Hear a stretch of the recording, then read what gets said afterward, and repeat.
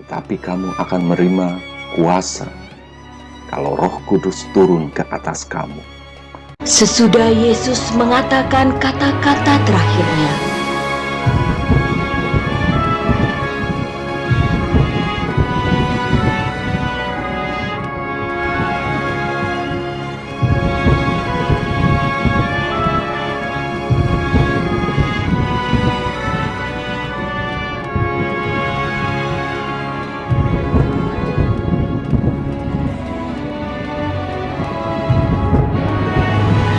berangkatlah ia disaksikan oleh mereka, dan awan menutupnya dari pandangan mereka.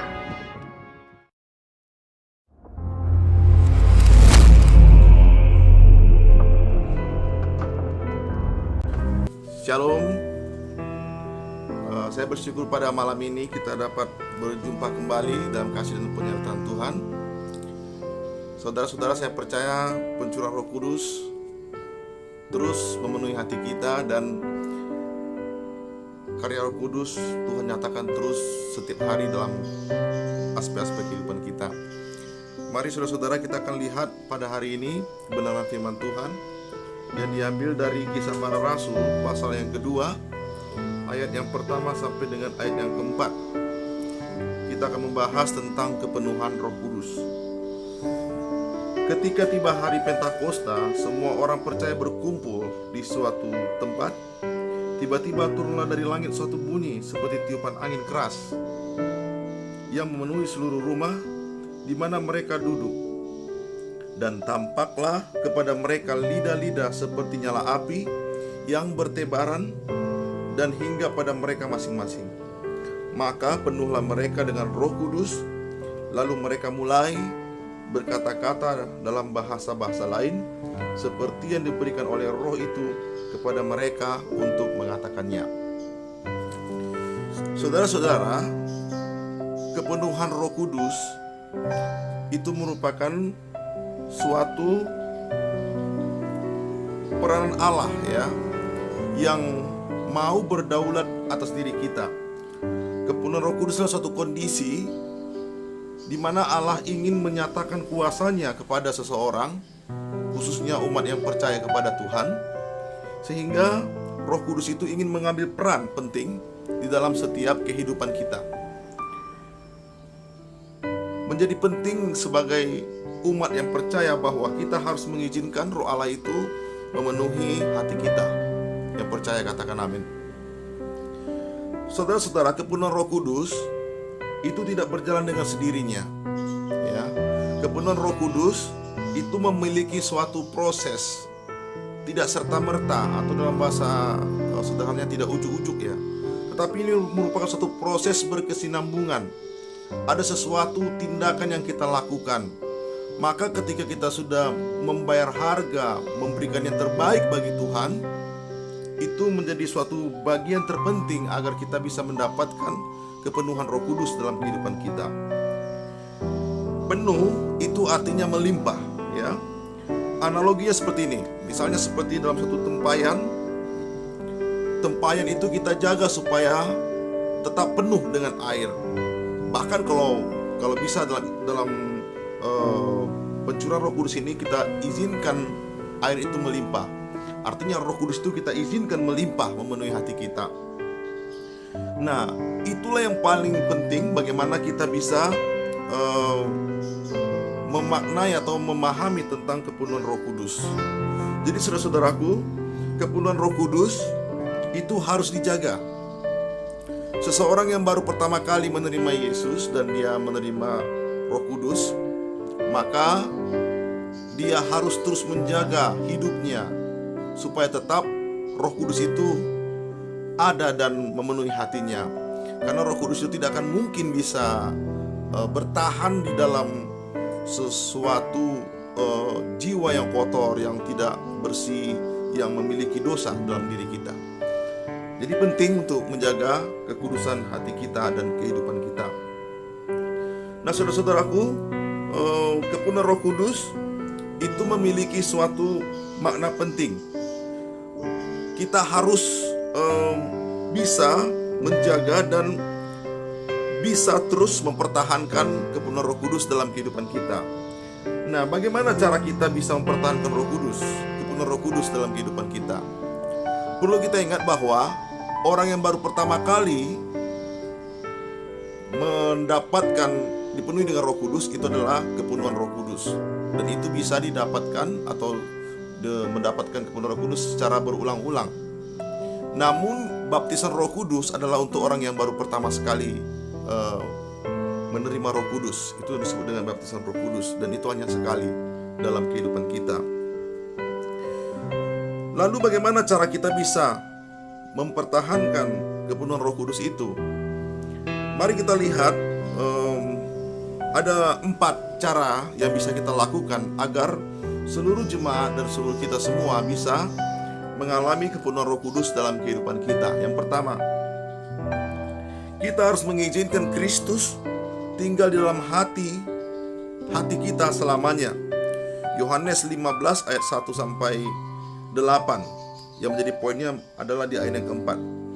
Tinggallah di dalam aku dan aku di dalam kamu, sama seperti ranting tidak dapat berbuah dari dirinya sendiri kalau ia tidak tinggal pada pokok anggur. Demikian juga kamu tidak berbuah jikalau kamu tidak tinggal di dalam aku. Jadi ayat ini begitu menjelaskan, begitu terang menjelaskan bahwa tinggallah di dalam aku, ya, dan aku tinggal di dalam kamu. Aku di sini adalah Yesus tinggal di dalam diri kita. Maka ketika kita tinggal di dalam Yesus dan Yesus tinggal di dalam kita, artinya kita menjadi satu kesatuan dengan Tuhan, ya, menjadi satu, memiliki koneksi, ya, koneksi sinkronize, sehingga kita bisa melakukan komunikasi yang intens.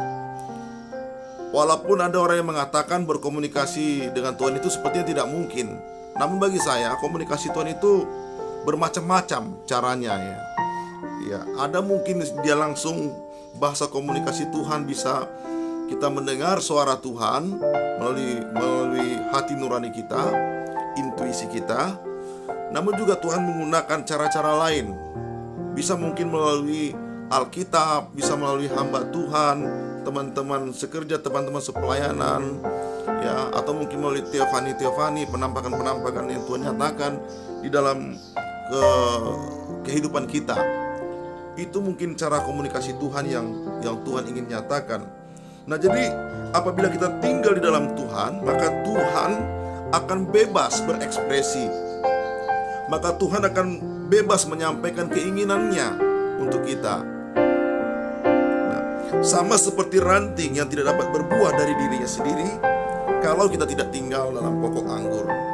Nah, jadi penting sebagai umat yang percaya, kita harus mengizinkan Yesus tinggal di dalam diri kita selamanya. Amin, ya. Selamanya loh, bukan hari ini, bukan minggu ini, bukan bulan depan, tapi selama-lamanya. Artinya hidup kita harus kita serahkan kepada Tuhan. Nah, saya percaya apabila kita mau menyerahkan hidup kita kepada Tuhan, maka kepenuhan Roh Kudus akan terus terjaga dalam kehidupan kita.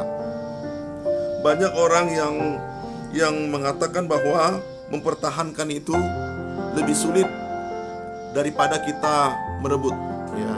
Mempertahankan sesuatu yang sudah berjalan dengan normal itu jauh lebih sulit, karena mempertahankan itu membutuhkan konsistensi, membutuhkan keseriusan, membutuhkan tanggung jawab, integritas, dan seterusnya untuk dapat melakukan sesuai apa yang Tuhan firmankan. Yang kedua, bagaimana cara kita bisa tetap kepenuhan Roh Kudus adalah berbuah dan menjadi berkat. Berbuah dan menjadi berkat. Galatia 5 ayat 22 sampai 23. Ini menjadi ayat yang saya pikir semua kita sudah hafal, ya. Tetapi buah roh ialah kasih, sukacita, damai sejahtera, kesabaran, kemurahan, kebaikan, kesetiaan, kelemah lembutan, penguasaan diri. Tidak ada hukum yang menentang hal-hal itu. Jadi berbuah dan menjadi berkat. Seseorang yang kepenuhan Roh Kudus itu biasanya dia menjadi orang yang berbuah. berbuah lebat. Kita catat dalam kitab Yohanes, berbuah lebat. Dia bisa menghasilkan buah sehingga orang bisa menikmati buahnya, sehingga orang bisa melihat, oh ternyata betul dia memang dipenuhi Roh Kudus. Oh ternyata memang betul dia anak Tuhan yang dimana Tuhan sudah tinggal dalam hidupnya. Nah, jadi kita bisa menjadi berkat, kita bisa menunjukkan buah kesetiaan kita kepada orang lain. Nah, maka kalau kita sudah berbuah dan menjadi berkat, saudara, maka kita bisa terus menjaga kepenuhan Roh Kudus dalam kehidupan kita. Ini menjadi hal yang cukup penting, yang sangat penting ya. Jadi yang kedua, kita harus berbuah dan menjadi berkat. Bagaimana caranya kita berbuah dan menjadi berkat? Ada orang yang berusaha untuk berbuat baik dalam kehidupannya. Saya mengatakan, semakin saudara berusaha untuk berbuat baik, maka saudara tidak akan mampu untuk berbuat baik, karena engkau menggunakan kekuatanmu sendiri. Kalau kita berjalan dengan kekuatan kita sendiri, kita mencatat kita tidak akan bisa mampu berjalan dengan kekuatan kita. Namun lakukan saja apa yang Tuhan perintahkan secara natural, alami aja ya. Setiap hari jadikan itu habit, kebiasaan. Maka kalau sudah kita jadikan itu kebiasaan dalam kehidupan kita, maka ini akan membuat kita semakin terbentuk. Apa yang Tuhan ajarkan tidak lagi menjadi suatu paksaan. Apa yang Tuhan perintahkan tidak lagi menjadi suatu beban ya. Berbuat baik menjadi beban ya. Membaca firman Tuhan menjadi beban. Bersaat teduh atau doa pagi jadi beban. Ini gak bertumbuh ini kalau seperti itu ya. Kita harus berbuah dan menjadi berkat. Lakukan itu terus. Dilatih ya. Dilatih. Untuk melatih itu memang membutuhkan suatu tekad ya. Melatih diri untuk berbuah dan menjadi berkat. Menjadikan satu kebiasaan itu memang sulit ya. Seseorang yang sudah terbiasa dengan gaya hidup bebas, pura-pura, kemudian kehidupan duniawi, maka dia akan sulit. Walaupun itu pasti bisa, namun akan sulit. Dan dibutuhkan suatu perjuangan yang cukup keras untuk dapat mengubah pola atau mungkin cara yang telah ia lakukan selama ini. Jadi saudara-saudara, kita harus berusaha untuk berbuah dan menjadi berkat. Yang ketiga, mempelajari firman Allah secara kontekstual. Ya, Mazmur 119 ayat 105. Firman-Mu itu pelita bagi kakiku dan terang bagi jalanku. Saudara-saudara, kepenuhan Roh Kudus itu kita dapatkan dari kita belajar firman Tuhan. Bagaimana kita bisa meyakini bahwa Roh Kudus itu bekerja dalam hidup kita? Dari firman Tuhan. Bagaimana kita bisa mengekspresikan karya Roh Kudus dalam kehidupan kita? Dari firman Tuhan. Bagaimana kita bisa mengetahui karya-karya Roh Kudus, karunia-karunia Roh Kudus dalam kehidupan kita? Dari firman Tuhan. Jadi begitu sentralnya firman Tuhan dalam kehidupan kita. Kalau saudara mau kepenuhan Roh Kudus, saudara harus banyak membaca firman Tuhan. Saudara harus banyak berdoa. Saudara harus banyak merenungkan firman Tuhan. Merenungkan firman Tuhan itu merupakan bagian penting, wajib, mandatori untuk kita semua. Sekali lagi, merenungkan firman Tuhan merupakan kewajiban bagi orang yang percaya agar senantiasa memiliki kepenuhan Roh Kudus. Karena Tuhan menggunakan komunikasi dari bahasa yang ada di dalam Alkitab. Tuhan menggunakan firman-Nya ya, tulisan-tulisan yang ada dalam kitab ini ya, untuk sebagai sarana menyampaikan pesan-pesan Tuhan dalam kehidupan kita. Jadi dalam kitab Kejadian sampai Wahyu itu kita yakini bahwa itu merupakan suatu firman Tuhan yang hidup, sebagai suatu komunikasi Tuhan yang hidup, yang berkata-kata dalam diri kita. Sehingga apabila kita menghadapi masalah, tekanan dan seterusnya, firman itu yang akan menguatkan kita. Firman itu yang akan memberikan yang akan berbicara dalam diri kita. Inilah yang harus kamu lakukan, inilah yang harus kamu lakukan. Bahkan terkadang Tuhan izinkan firman Tuhan itu mengalir dalam diri kita walaupun mungkin kita tidak hafal ayat-ayatnya di mana. Namun sepertinya Tuhan berkata, ini loh. Dia seperti berbicara. Nah, itulah pentingnya tentang seseorang mempelajari firman Allah dalam kehidupannya. Jadi orang yang kepenuhan Roh Kudus, maka dia wajib untuk mempelajari firman Allah secara kontekstual. Mempelajari firman Tuhan secara kontekstual, artinya secara dengan hikmat, dengan teliti. Yang keempat, bagaimana agar kita bisa kepenuhan Roh Kudus? Yang keempat adalah hidup dalam kebenaran firman Tuhan. Efesus 6 ayat 24. Dan mengenakan manusia baru yang telah diciptakan menurut kehendak Allah di dalam kebenaran dan kekudusan yang sesungguhnya. Ya, saudara-saudara, hidup di dalam kebenaran firman-Nya itu merupakan suatu proses. Hidup di dalam firman-Nya, mengenakan manusia baru yang telah diciptakan Allah menurut kebenaran dan kekudusan yang telah Tuhan berikan kepada kita. Saudara-saudaraku, kita adalah umat yang telah dibenarkan. Yang percaya katakan amin. Dalam kitab Roma pasal 3 ayat 10 berkata bahwa setiap manusia tidak ada yang tidak berdosa. Bahkan manusia itu tidak layak untuk masuk ke dalam kerajaan Allah. Namun kita dibenarkan. Sekali lagi, kita dibenarkan dari yang tidak benar. Kita dibenarkan. Artinya ada suatu pemberian anugerah, pembenaran dari Allah apabila kita sudah mengaku dosa kita kepada Tuhan. Sehingga saudara-saudaraku, kita menjadi orang yang telah dibaharui kembali. Kita telah menjadi orang yang telah mendapatkan kasih karunia Allah. Kita bisa menjadi orang benar, dibenarkan. Maka kalau kita bisa merasakan hadirat Tuhan, bisa merasakan kuasa Tuhan, bukan karena kekuatan kita, bukan karena kebaikanmu, namun karena anugerah Allah, namun karena pemberian Allah, ya. Kita dibenarkan, kita dilayakkan. Dalam Roma 3 ayat 21 sampai 22. Tetapi sekarang tanpa hukum Taurat kebenaran Allah telah dinyatakan. Seperti yang disaksikan dalam kitab Taurat dan kitab-kitab para nabi, yaitu kebenaran Allah karena iman dalam Yesus Kristus bagi semua orang yang percaya.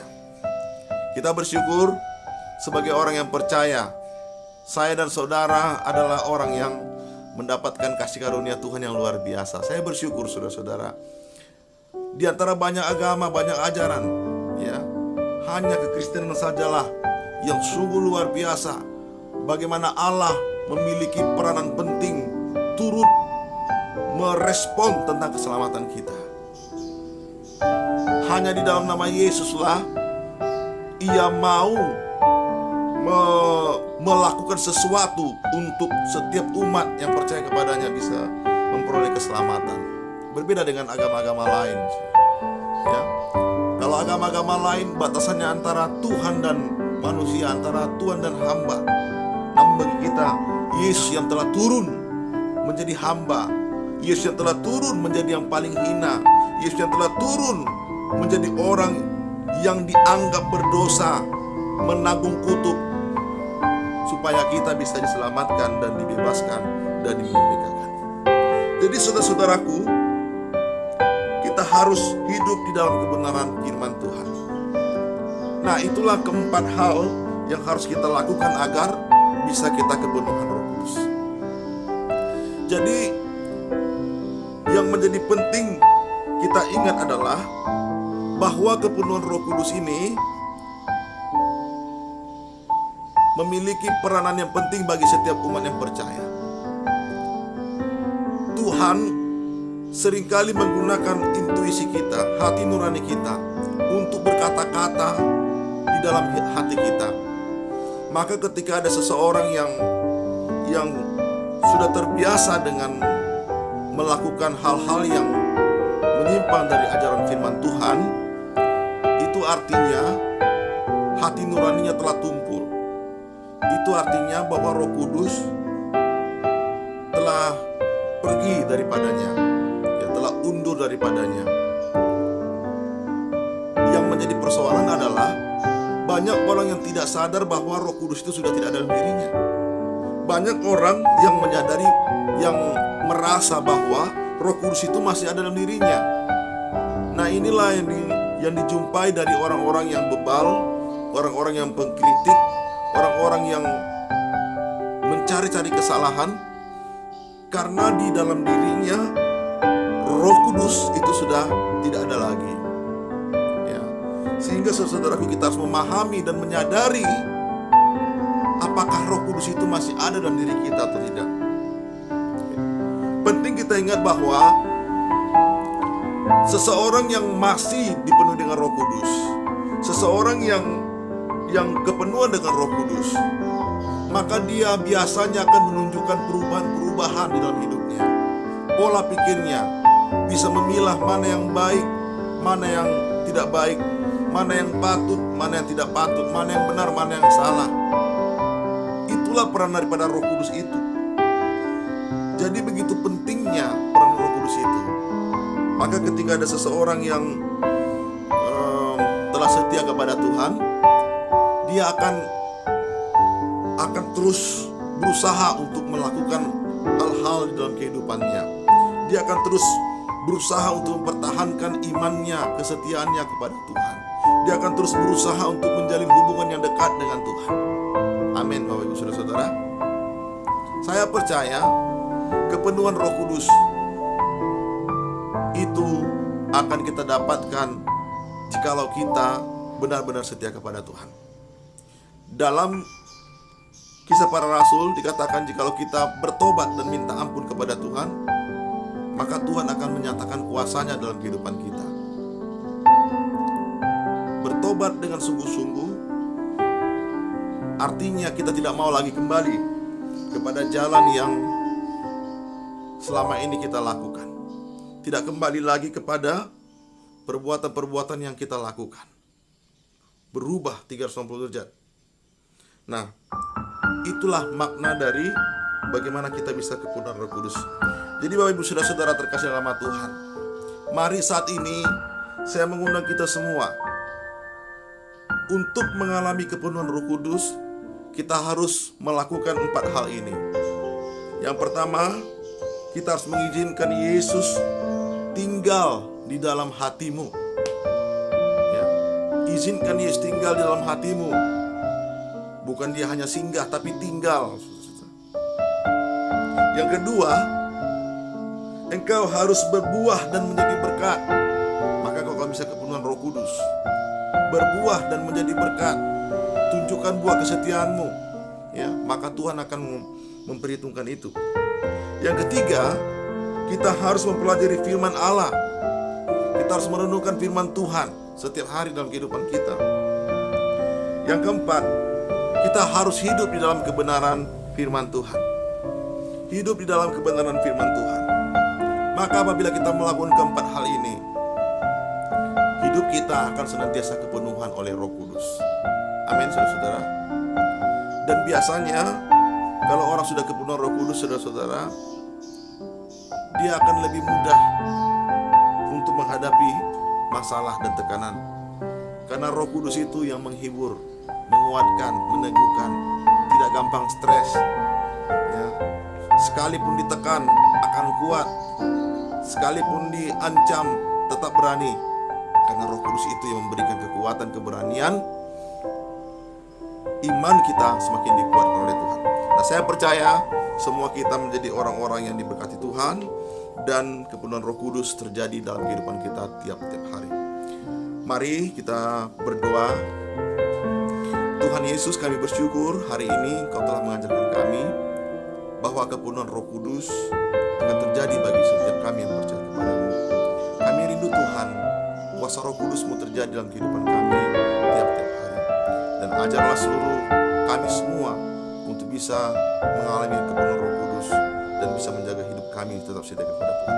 Hanya dalam nama anak-Mu Tuhan Yesus Kristus kami syukur dan berdoa. Amin. Tuhan Yesus memberkati.